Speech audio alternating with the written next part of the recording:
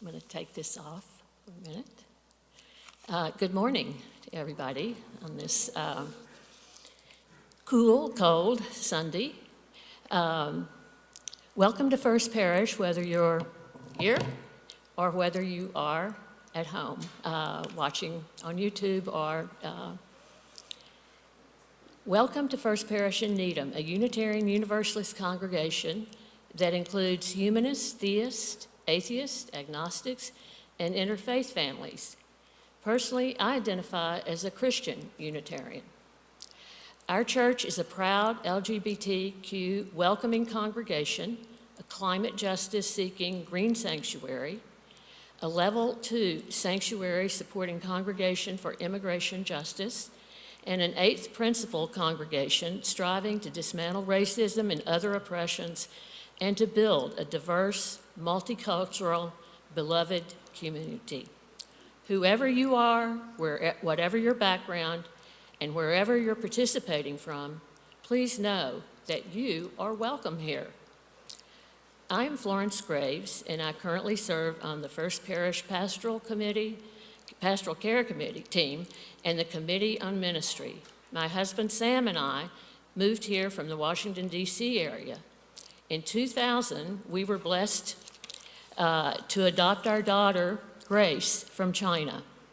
Over the years, First Parish and its members have played a significant role in our families' lives and in our commitment to social justice in our country and in our world. Although our buildings remain under certain restrictions due to the pandemic, our faith community welcomes everyone. Our congregation is offering worship and programming in hybrid, multi-platform format that includes in-person, hybrid, and online gatherings. You can learn more about all that's happening in First Parish by going to our website, uuneedham.org. Or you can follow on Facebook, Instagram, and YouTube.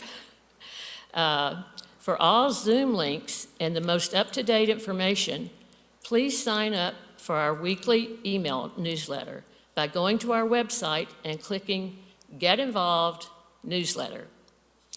Got that? Or you may email your request to office@uuneedham.org. As you undoubtedly know, tomorrow our nation will be honoring Martin Luther King, Jr. I grew up in Texas, which was then part of the deeply segregated South. I struggled mightily all of the years I lived there to square what I was taught about equality and justice in both our church and in our schools with what I was observing every day in the real world. I got a few spankings over that too for challenging these things. Over the years, I came to realize the significant role Dr. King's words and Dr. King's actions played in shaping my life and my career as a journalist and a teacher. For me, Dr. King was a lodestar. Thank you.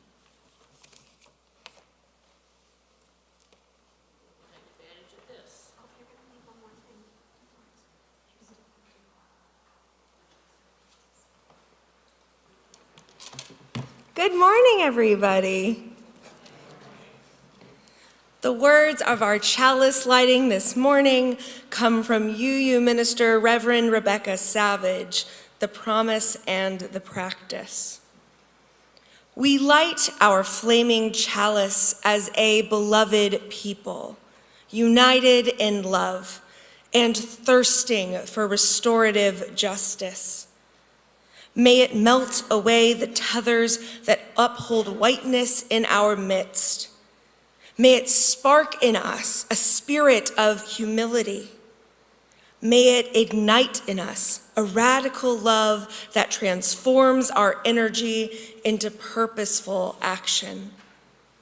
This is a chalice of audacious hope. This chalice shines a light on our shared past, signaling our intention to listen deeply, reflect wisely, and move boldly towards our highest ideals. In honor of the UUA's 30 Days of Love, which begins today and runs for 30 days, our first hymn will be There Is More Love Somewhere, which is also known as Biko, in honor of South African anti-apartheid activist Stephen Bantu Biko, who founded the South African Student Organization. He was beaten to death while being interrogated after his arrest in 1977. This hymn commemorates his efforts towards equality.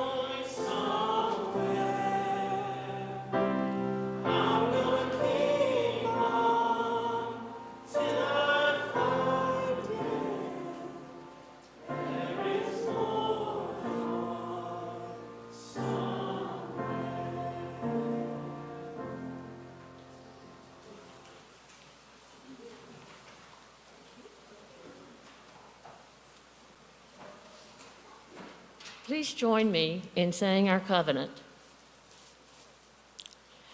We gather as a loving community to encourage and comfort one another. We gather as a diverse community to support each other in our search for spiritual truth. We gather as a service community to live our lives and beliefs through action and care for our world.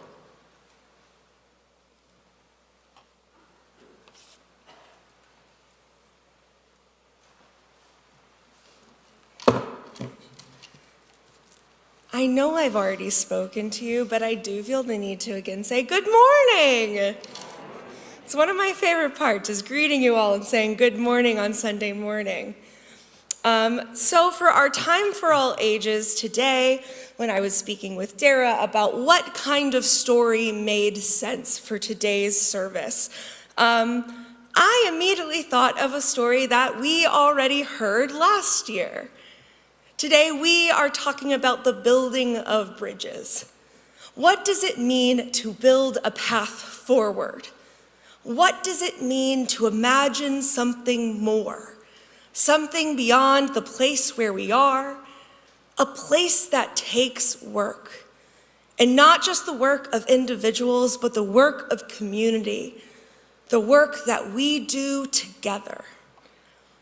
And so we are going to be watching a pre-recorded story that we heard last year, What We'll Build Together, by Oliver Jeffers. I hope you can remember as you listen to this story, perhaps the way you felt when you heard it last year, perhaps the way it makes you feel now, and how you will build a future together going forward.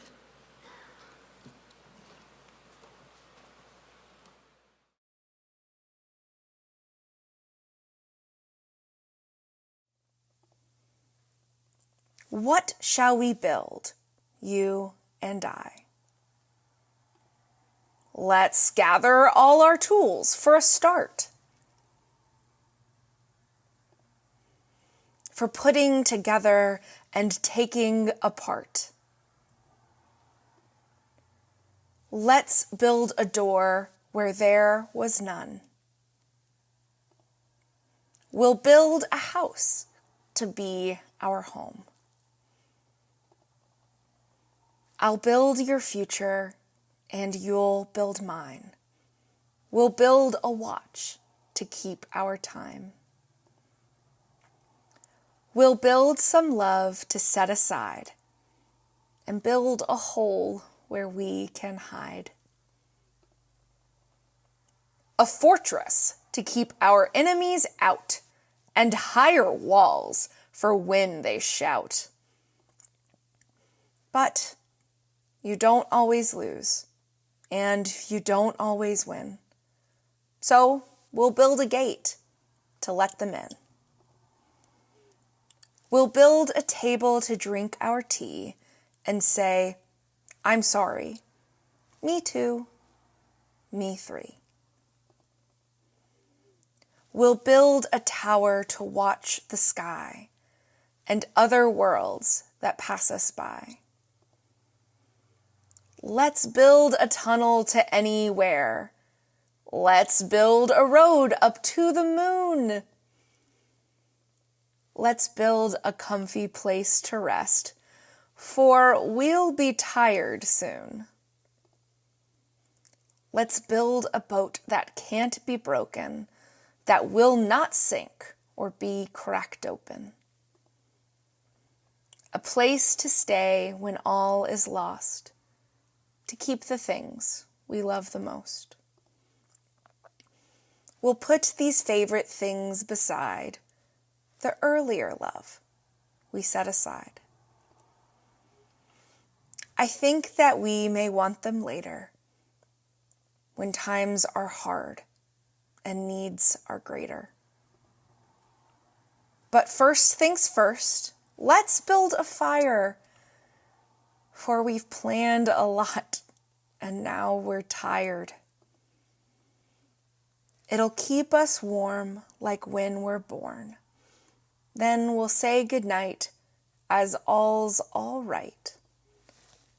These are the things we'll build, you and I.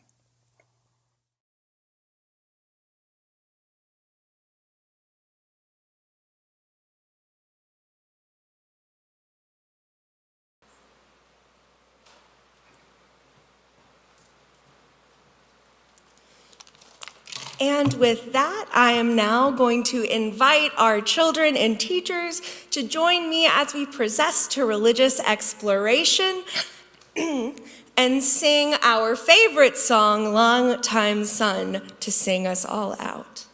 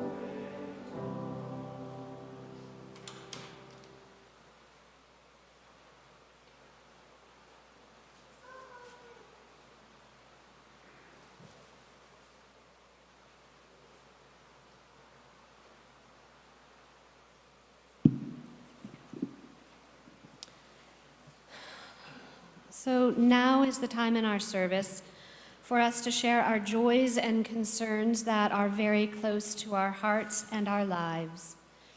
If you can't be in the sanctuary with us this morning and you would like a candle lit, you can pre-submit your candles to me at internminister@uuneedham.org, and please mail them to me by Thursday at midnight so that I can include them in the service on that Sunday. We'll read them at the start of this ritual.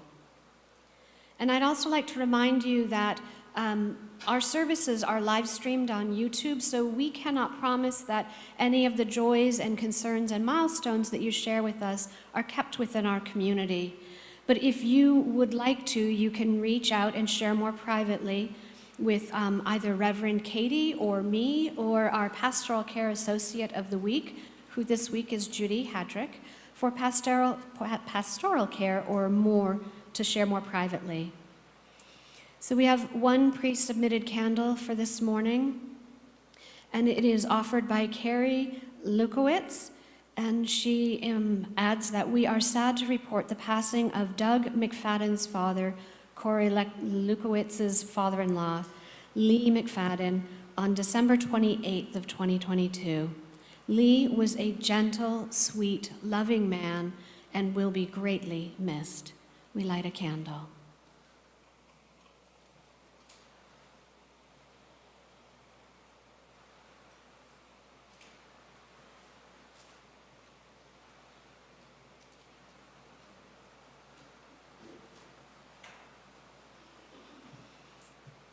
If you are here in the sanctuary and have a joy or a concern or milestone you'd like to share, I invite you to please come forward now.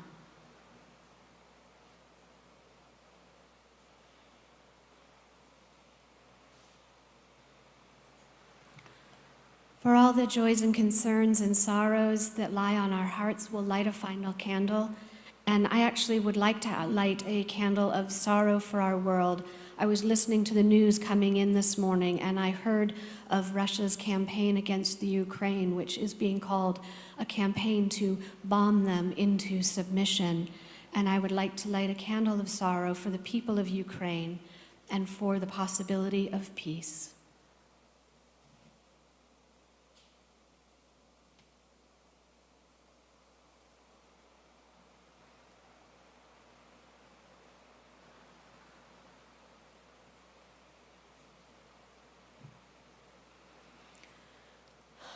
As we enter our time of prayer, I invite you to sit back in your pew, rest your back comfortably, let go of any tension in your face, in your jaw.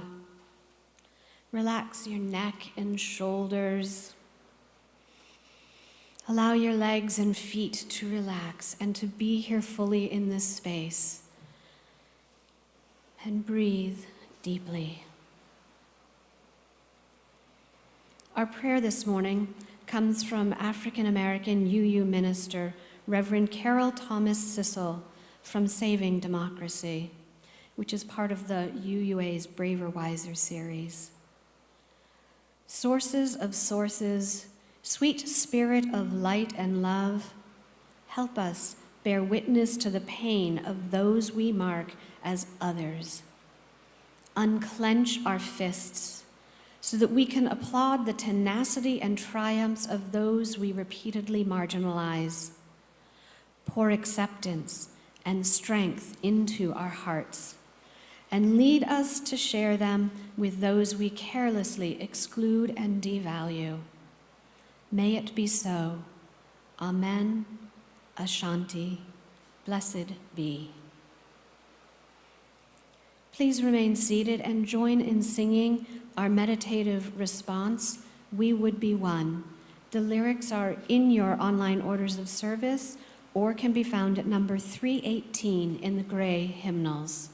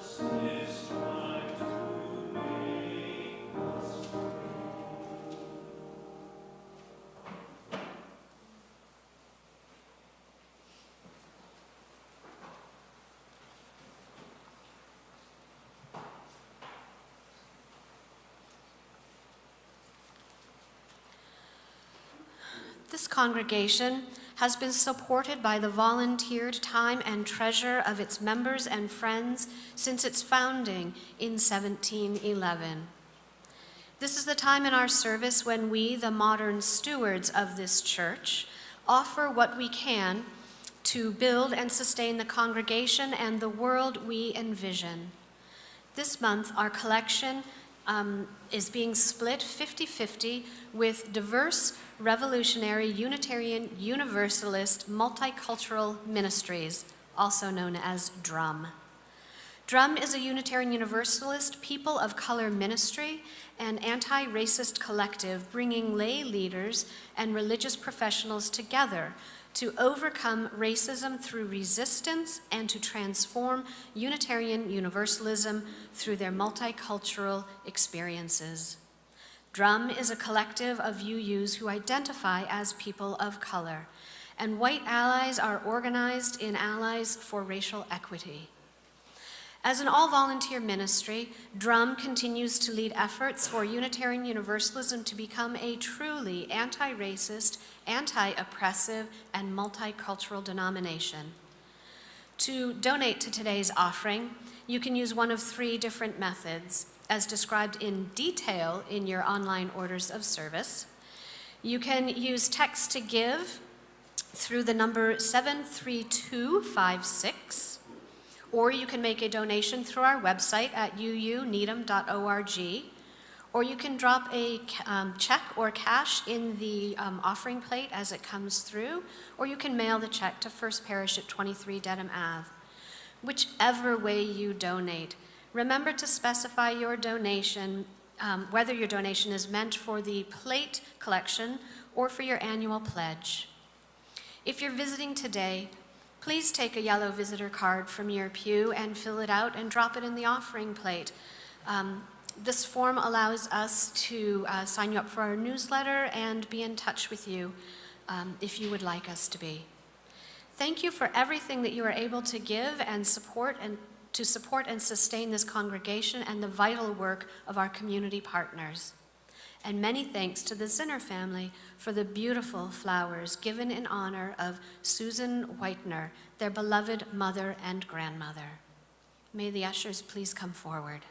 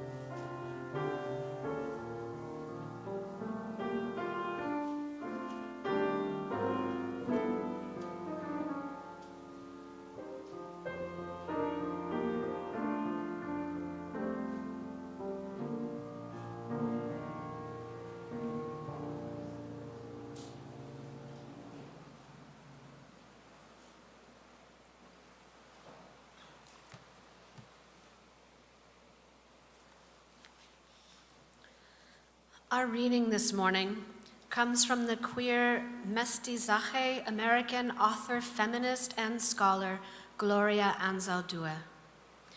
On the path ahead, you see otro puente, a footbridge with missing planks broken rails. You walk toward it, step onto the threshold, and freeze, your right hand clutching the past and your left hand stretching toward the unknown. Behind you, the world admonishes you to stick to the old, tried and true dominant paradigm, the secure relationships within it.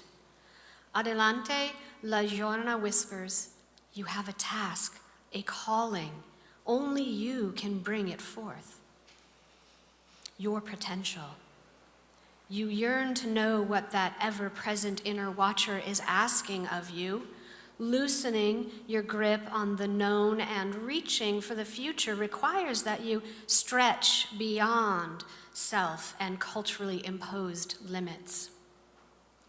By now, you've found remnants of a community, people on a similar quest and path. To transform yourself, you need the help, the written or spoken words of those who have crossed before you.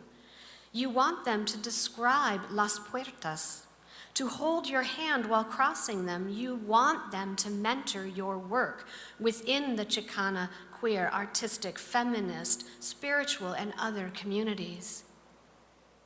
Are you sure that you're ready to face the shadow beast guarding this threshold? That part of you holding your failures and inadequacies, the negativities you've internalized, and those aspects of gender and class that you want to disown. Recognizing and coming to terms with the manipulative, vindictive, secretive shadow beast within will take the heaviest toll. Maybe this bridge shouldn't be crossed. Once crossed, it can't be uncrossed. To pass over the bridge to something else, you'll have to give up partial organizations of self, erroneous bits of knowledge, outmoded beliefs of who you are, your comfortable identities, your story of self, tu autohistoria. You'll have to leave parts of yourself behind. The bridge, the boundary between the world you just left and the one ahead, is both a barrier and a point of transformation. By crossing, you invite a turning point. You initiate a change, and change is never comfortable nor easy. It'll overturn all your relationships, leave behind lover, parent, friend who, not wanting to disturb the status quo nor lose you, will try to keep you from changing. Okay, so cambio is hard. Tough it out, you tell yourself. Doesn't life consist of crossing a series of thresholds? Conocimiento hurts, but not as much as desconocimiento. In the final reckoning, it comes down to a matter of faith, trusting that your inner authority will carry across the critical threshold. You must make the leap alone and of your own will. Having only partial knowledge of the consequences of crossing, you offer La Llorona, who regulates the passage, a token. You pray, repeat affirmations, take a deep breath, and you step through. Here ends our reading.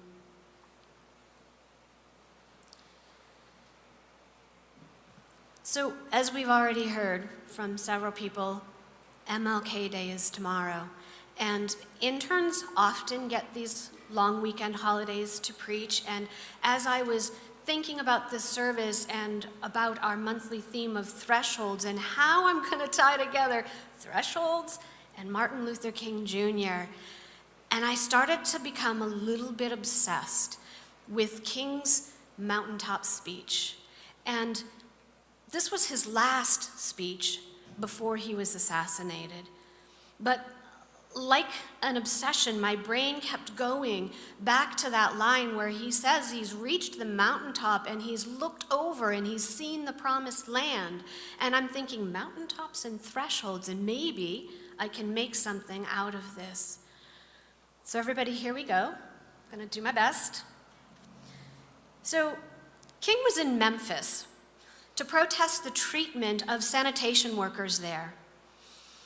And this speech is known as the mountaintop speech because of what I just quoted, not exactly correctly, and in this speech, and these are his closing words. And he said, to quote, "I just want to do God's will.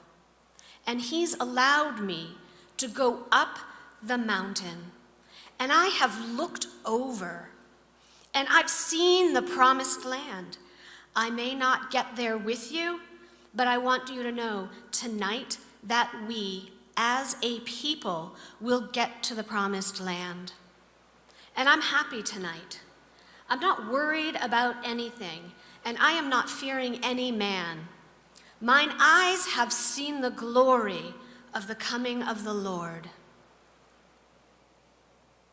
And what strikes me most profoundly about this speech is the immediacy with which King speaks of the promised land.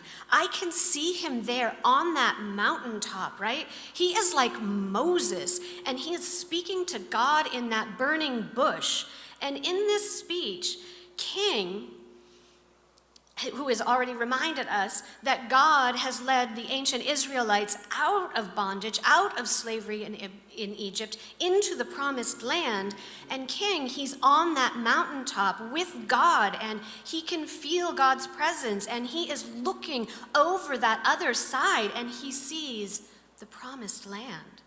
The land where black men and black women are free, where fire hoses are not turned on them, where they can sit at the same lunch counter, they can ride at the front of the bus, they can be free of lynchings and beatings and burnings, where people of all colors are equally treated with justice. Mine eyes have seen the glory, he says at the close of his speech. But like Moses, King would never reach that promised land. The next day, King was killed. And now 55 years later, we have still not arrived at that promised land. We are stuck on a threshold. We are stuck on that mountaintop, and we can see the promised land. On some days, that seems so close, and other days it's so far away. But we are not there yet, and we are well and truly stuck. And a friend recently told me of a loved one of hers who has Parkinson's, and she described that as his mobility decreases, thresholds have become a real challenge for him. He frequently gets hung up. As he gets to a threshold, he freezes, and he's unable to move, and he is stuck, literally frozen on that threshold. And that feels like where we are as a nation today. We are stuck on King's mountaintop, on the threshold to the promised land. And Gloria Anzaldúa, in our reading this morning, said, we step onto the threshold and we freeze. And with our right hand, we are grabbing onto our past, and with our left hand, we are stretching toward a future, an unknown. So our monthly theme for January is thresholds, and it seems appropriate that MLK Day is in the middle of the month. It's not the beginning, it's not the end, it is on that threshold right smack dab in the middle of January and our month of thresholds. So I'm gonna lean hard into the threshold metaphor for a few minutes. And I have to confess that I love the idea of thresholds because they describe a liminal space. It is neither here nor there. It is a space exactly in between. So you can stand in the threshold of our sanctuary, and you are neither in the sanctuary nor are you out in the world. It is an in-between space, a respite space. It can be a safe space. So thresholds are this middle space, this in-between, and they are fully liminal. And here's something else I really love about thresholds, that they can be so many things. They're that stumbling block that people get frozen on, They're a portal to a new world. They can be the cusp of childhood to adulthood. They're the demarcation between one room and the next, the border between nations. They can be a mountaintop or a bridge. They can be a place of refuge, a no person's land, a dead zone, or a gateway. So back to King, 55 years later, like King, we're standing on that mountaintop, and we can see the promised land, and we can see justice, and we can see equity, and we can see the possibility of King's dream becoming a reality. But here's the thing about mountaintops. You and I, we're looking down on that promised land, right? We're looking down on that land that King has envisioned, where he heard tell of freedom of speech and of freedom of assembly, where he heard tell of the right to liberty, life, and the pursuit of happiness. And the truth about a mountaintop and about a threshold is that while we and some of us are looking down on that promised land, others are looking the other way. Others have gotten turned around on that mountaintop, and they are looking over the top of that mountain at a different promised land. And they are looking back at where we came from and are using that view as their promised land. They are seeking a land of haves and have-nots. They are seeking a land of segregation and separation, and they have heard of a land of oppression and subjugation, and they are not seeing the promised land that we are. They are seeing this other promised land. They are, as Gloria Anzaldua's right hand that she called out, they are that right hand grabbing at our past, and as we are frozen on that mountaintop, they are holding on. So here's the question that I'm pondering this morning. It's MLK weekend, 55 years after his mountaintop speech and after his death. And I'm wondering, how do we move on from this liminal space, this stuck threshold that has held us for so long? And I gotta confess, I have no idea. And I don't have any answers for us. But that's why I loved the Gloria Anzaldúa reading, because I can look to her for inspiration on how to move on from this threshold. In our reading, she calls this threshold a bridge, and she says, quote, "The bridge, the boundary between the world you have just left and the one ahead, is both a barrier and a point of transformation. By crossing, you invite a turning point and initiate change." So this reading comes from a book that was published on the 20-year anniversary of an earlier book called The Bridge Called My Back. And in this Bridge Called My Back, there were a collection of essays and poems written by women who were also people of color. They were immigrants and indigenous peoples, and they were queer, and they were from the margins, and they wrote and spoke their truth. And Gloria Anzaldúa was an editor of both that first book and this other book, This Bridge We Call Home, that our reading came from. And she intended this 20-year anniversary book to be both, or including a taking stock and an honoring of, and a looking forward to. So in her essay, which is the last essay in this book, she lifts up a process that she sees as being necessary for getting unstuck. She describes something that she calls conocimiento. This word translates in English as knowledge, and I'm gonna apologize right now for my really poor Spanish pronunciation. I Googled it and practiced, but so it translates as knowledge. But Anzaldúa, she endows it with so much more than simple cognitive knowledge. She fills it with intuitive knowledge, heart song, soul song. It is a bone-deep knowing of the self.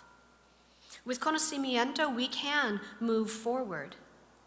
Anzaldúa begins her essay by describing an earthquake. She lived in California, and as many of you know, there is a really long and active fault line there. And to go back to our thresholds, these fault lines are a threshold between two tectonic plates. And I can't help but think that they are the perfect metaphor for what happens when we lose our threshold, our space in between. Because if a threshold is a space holding between two things, when tectonic plates move together and clash, they obliterate that threshold, and the earth literally quakes. The ground beneath our feet becomes unstable. And Anzaldúa says, this is a necessary step. In order to move on from the here and the now, we have to disrupt our world. We have to have the ground literally move beneath our feet so that we can take stock. We can look inward to find our conocimiento. She describes living through this earthquake and the experience of having the ground shift beneath her feet and of ruptured gas lines and fractured roads and broken buildings. And she walks through that landscape reflecting that if we're going to make changes in our world, we need to experience the shifting of the ground beneath our feet, to feel the fear of what is and what is to come. This disruption is necessary for the reimagining of what can be. So once the ground has been shaken and we're on unsure footing, we've entered what Anzaldúa calls the Nepantla. It's a threshold, a liminal space, and the world as we have known it is broken, and in this liminal space, we must question our assumptions. We need to take a critical look at the paradigms that have shaped our lives. And Gloria Anzaldúa uses the metaphor of thresholds, liminal spaces, Nepantla, to understand the place where traditionally people from the margins live.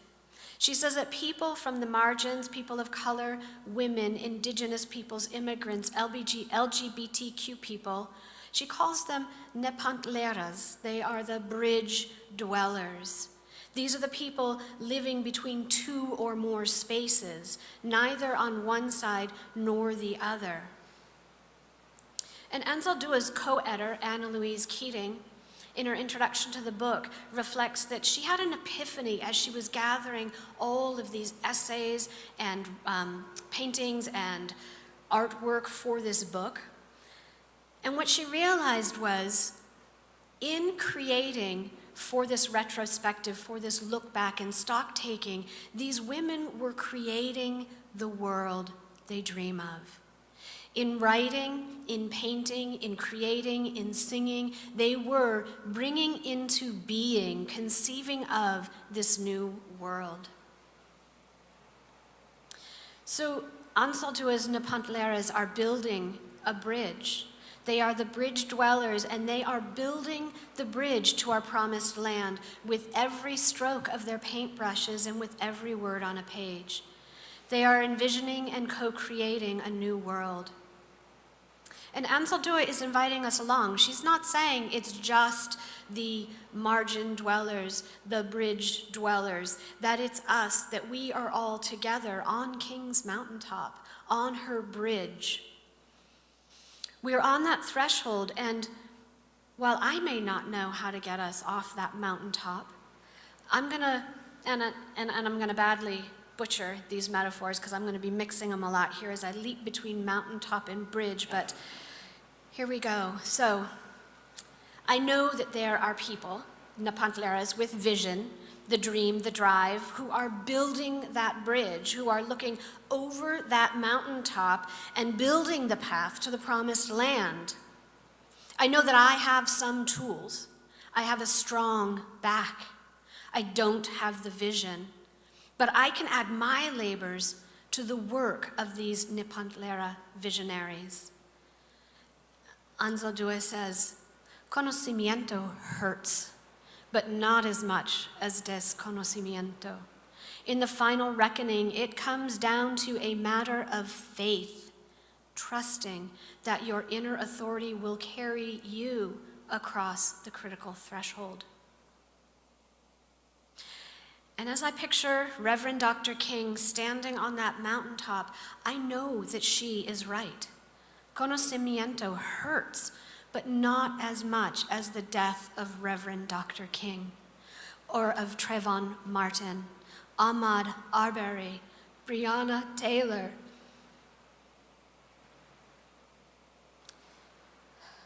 George Floyd, Sandra Bland, and so many more. Our Unitarian Universalist faith calls us to journeying toward wholeness by working to build a diverse, multicultural, beloved community by our actions that accountably dismantle racism and other oppressions in ourselves and our institutions. This is who we are. We are called to engage in the process of conocimiento, to break down those barriers holding us frozen on the threshold to pick up our tools, whatever they may be, whether it is your paintbrush, your pen, your computer, or your hammer, and to add our voices, our bodies, our conocimiento to the work of building our way to the promised land of King's dream. May it be so. Amen. I believe our anthem this morning is Precious Lord, and it was chosen in part because it was a personal favorite of Reverend Dr. King. And the great gospel singer Mahalia Jackson was often invited by King to sing Precious Lord at civil rights rallies. Thank you, Chris.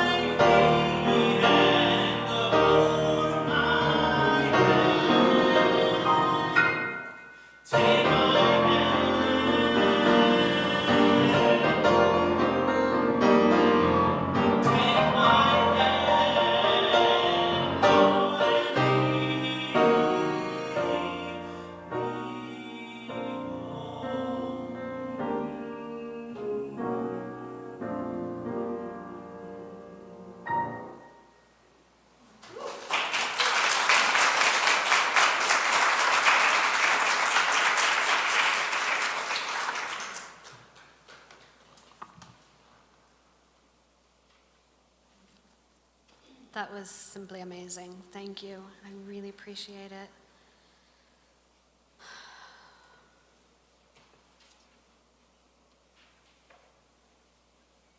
Sorry, I didn't find my place because I was too busy listening to the music.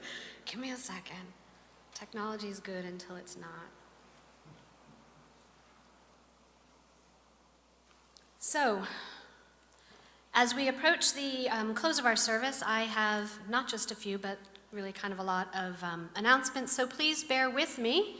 The first is, as always, please do join us for fellowship after the service. We gather in the parish hall that is through the doors over there. And for those of you joining us on Zoom, please log into the Zoom room for a time of online fellowship. The link can be found in the bell notes. The Caregiver Support Group is meeting today at 12:30. Again, link can be found in the bell notes. The COVID Task Force and the Parish Committee want to hear your thoughts about current COVID policies. They are asking us to fill out a survey that is intended to be the beginning of an ongoing conversation. Our church leaders are exploring the issues of masking and living during an ongoing pandemic, and they want to know how we feel. You can find the link in the bell notes. The survey will be open for about 4 weeks, and please do take the survey. So help us celebrate the UUA's annual month of spiritual nourishment, political grounding, and shared practices of faith and justice. Watch for the weekly spiritual themes from Side with Love's intersectional justice priorities. Bring it into your worship practices and family life. You can find a link in the bell notes to learn more about the 30 Days of Love. In January, the Green Congregation Committee is collecting new and gently used pots, pans, cookware for the Welcome Home in Newton. You can bring things in this Sunday and next Sunday. In the interest of time, I'm going to skip the rest of the description, but it's in the bell notes, people, so please read it to get more details. I'm going to do the same with Sarah Elizabeth's announcement about her new book club, which is so exciting. As we heard last week, she is creating a children's book club for adults. So one Monday a month, you're all invited to drop in for a conversation and some learning about books that will help give us parents and older folks an insight into our children's world. The bell notes has more details. So a quick reminder about our regular weekly events. On Thursdays, we have Writing Escapes in the morning, Vespers in the afternoon, and Meditation Ministries in the evening. And on Friday, our Creative Escapes. Please keep an eye out for communications from First Parish that keep you abreast of all the goings on here at First Parish. We encourage you to sign up for our email newsletter, the Bell Notes. And if you haven't already, it's full of ways to get connected and involved here at First Parish. Okay, so as we extinguish our chalice, please join me from home and here in the building in saying the words written by Unitarian Universalist Reverend Elizabeth Selly Jones. We extinguish this flame, but not the light of truth, the warmth of community, nor the fire of commitment. These we carry in our hearts until we are together again. Our final hymn this morning is We'll Build a Land, which has lyrics adapted by peace activist Barbara Zanotti from the Hebrew Bible's books of Isaiah and Amos. Because this song can often be interpreted as one that promotes colonialism, this hymn was a major discussion point for the Unitarian Universalist Council for Cross-Cultural Engagement, and they convened it to examine the cultural misappropriations from in our denomination. And we are including the hymn this morning with that disclaimer that we do not in any way support, subscribe to colonialism or any of its follow-on ideologies. But we're adding it because it includes the line that Reverend Dr. King mentions in his mountaintop speech about letting justice roll down like water. So please rise in body or spirit and join me in singing hymn number 121. The lyrics are also in your online order of service.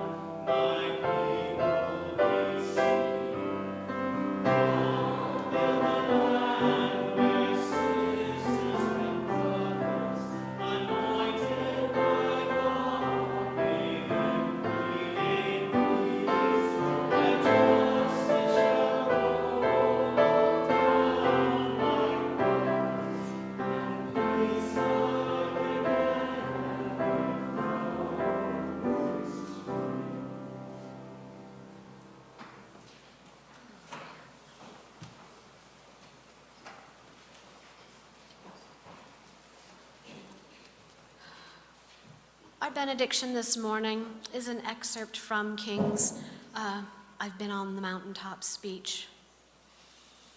So please take these words as our benediction. He says, "Well, I don't know what will happen now. We've got some difficult days ahead, but it doesn't matter with me now because I've been to the mountaintop, and I don't mind. Like anybody, I would like to live a long life. Longevity has its place, but I'm not concerned about that now. I just want to do God's will. And He's allowed me to go up to the mountain, and I've looked over, and I've seen the promised land. I may not get there with you, but I want you to know tonight that I am happy, and that we as a people will get to the promised land. I'm not worried about anything. I'm not fearing any man. Mine eyes have seen the glory of the coming of the Lord." May we, like Reverend King, be called to that mountaintop to look over at the promised land. May we become the bridge dwellers, the bridge builders, bringing our tools to the work of creating the transformation and for initiating the change. That we may realize Martin Luther King Jr.'s dream that one day this nation will rise up and live out its true meaning, the true meaning of its creed, that we hold these truths to be self-evident, that all people are created equal. May it be so. Our service begins where our service ends. Go in peace, go in love. I invite you to stay and listen to the postlude.